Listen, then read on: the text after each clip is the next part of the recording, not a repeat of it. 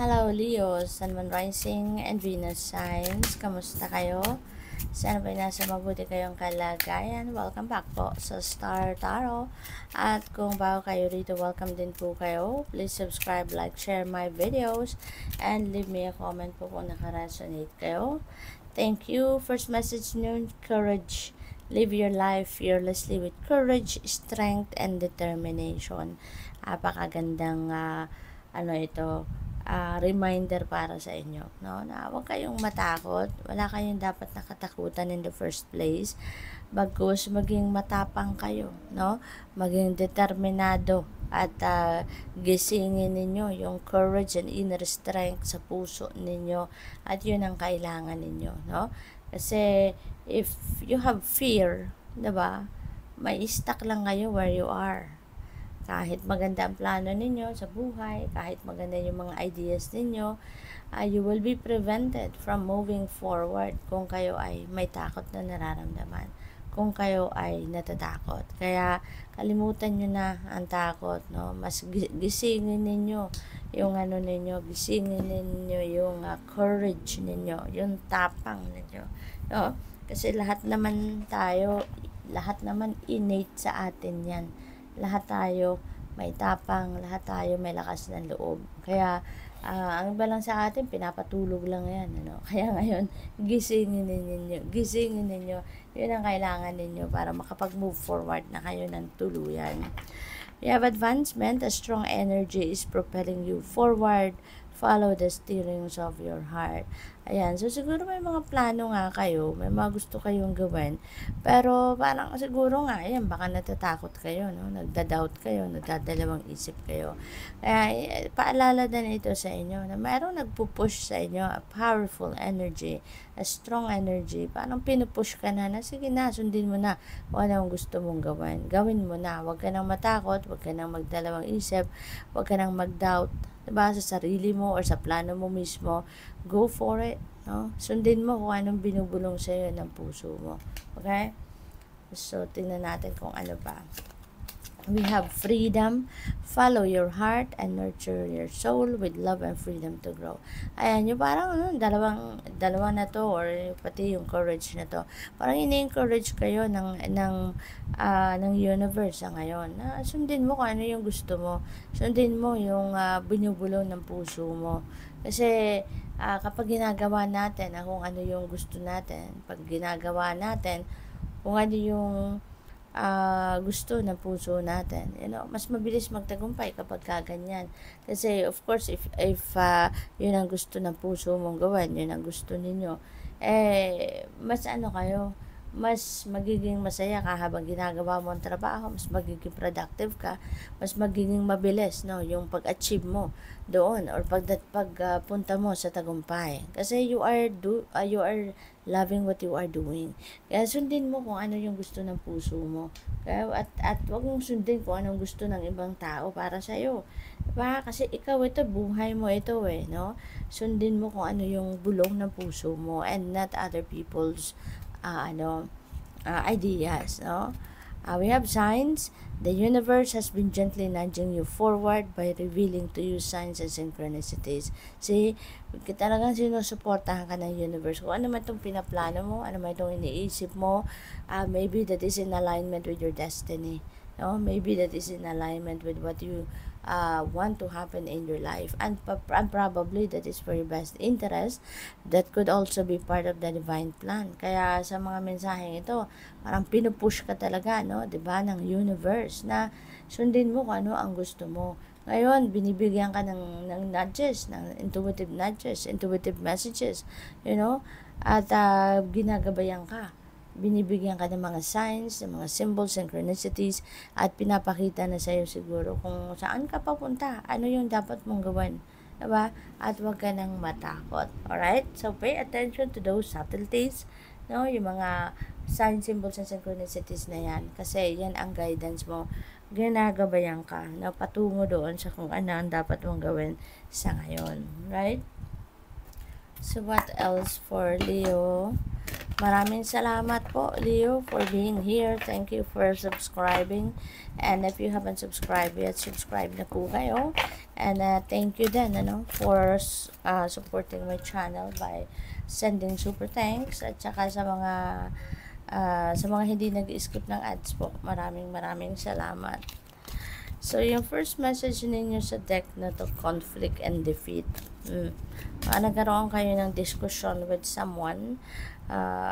Siguro mayroon ditong you are not on the same page with someone or a group of people. Kaya parang umatras ka na lang, no? Umatras ka na lang dito. And yung pag-atras na to, that doesn't mean na natalo kayo, no?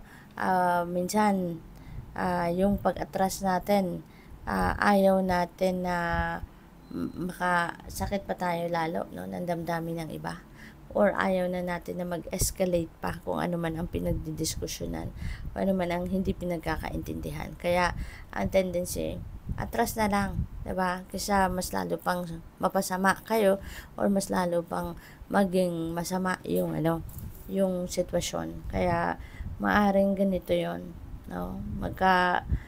You're not on the same page, no? Parang nanghihina ka dito kasi maybe you're not expecting, 'di ba, na ganito magiging sitwasyon.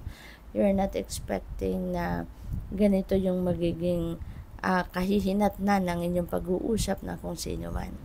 We have light, ayan, so the sun ito, no, sa regular tarot. And the sun is going to shed its light, no, in your life. Wala tayong specific na area of life dito. So, this could be in various areas of life, no. At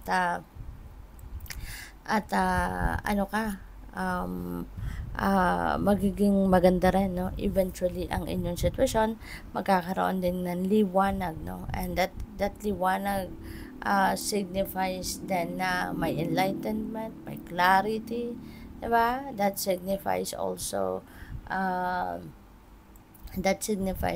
success, diba? Material success, financial success, success dito sa pagharap sa hamon ng buhay, success sa pagharap sa mga problema, yung gano'n, no? Kaya may tagumpay na mangyayari rito.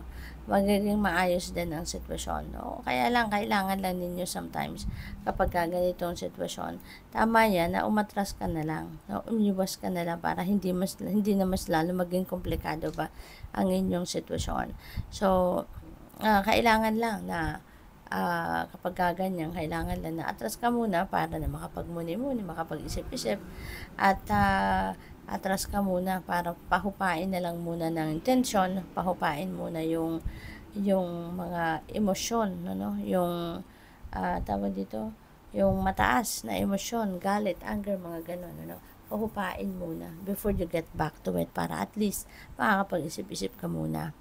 With the two, movement, choices, and decisions. So, mayroong mga decision making na kinakaharap ng iba sa inyo dito, Leo.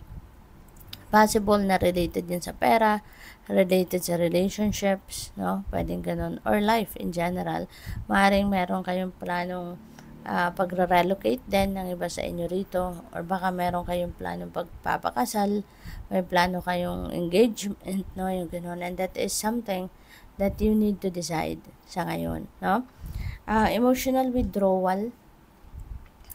Maybe meron kayong binabalak gawin, may plano kayong gawin, and you want to siguro gusto mong mag-move forward na sa buhay, diba? Maybe you are no longer happy sa kung nasaan ka ngayon or kung ano man ang ginagawa mo. Maybe there is no contentment anymore, diba? Maaaring hindi ito na yung gusto mong mangyari sa buhay mo. Kaya maaaring, oo, physically baka nandiyan ka pa kasi hindi ka pa totally, hindi ka pa nakakaalis. Pero yung emosyon mo, yung puso mo, wala na dyan eh. No? Kasi nga, parang wala ka ng amor sa sitwasyon na yan.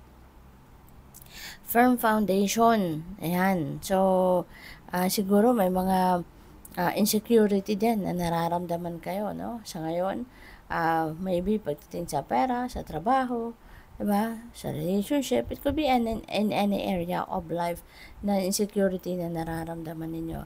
But I can feel, no, that That's what you're going to work on sa ngayon, lalo-lalo na meron kayong light energy.